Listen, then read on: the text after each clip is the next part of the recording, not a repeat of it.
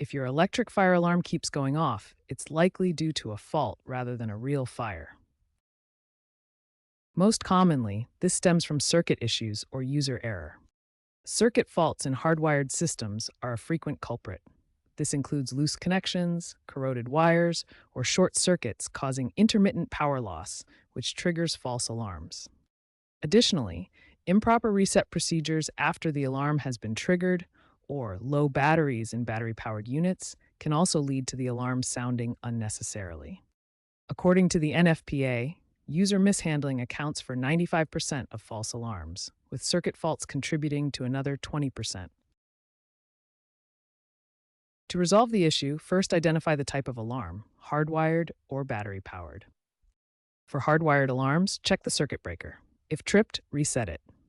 Inspect wiring for damage or corrosion, replacing faulty sections.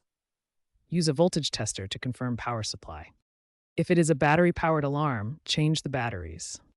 To reset the alarm, press and hold the test button for 5 to 10 seconds. If that doesn't work, for hardwired units, turn off the circuit breaker for 30 seconds, then turn it back on.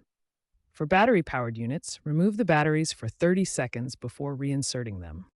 Remember to always consult the manufacturer's manual, as reset procedures can vary, especially for smart alarms like Nest Protect, which requires app-based resets. If problems persist, consider upgrading to smart alarms with self-diagnostics and remote monitoring features, which can reduce false alarms by up to 40%.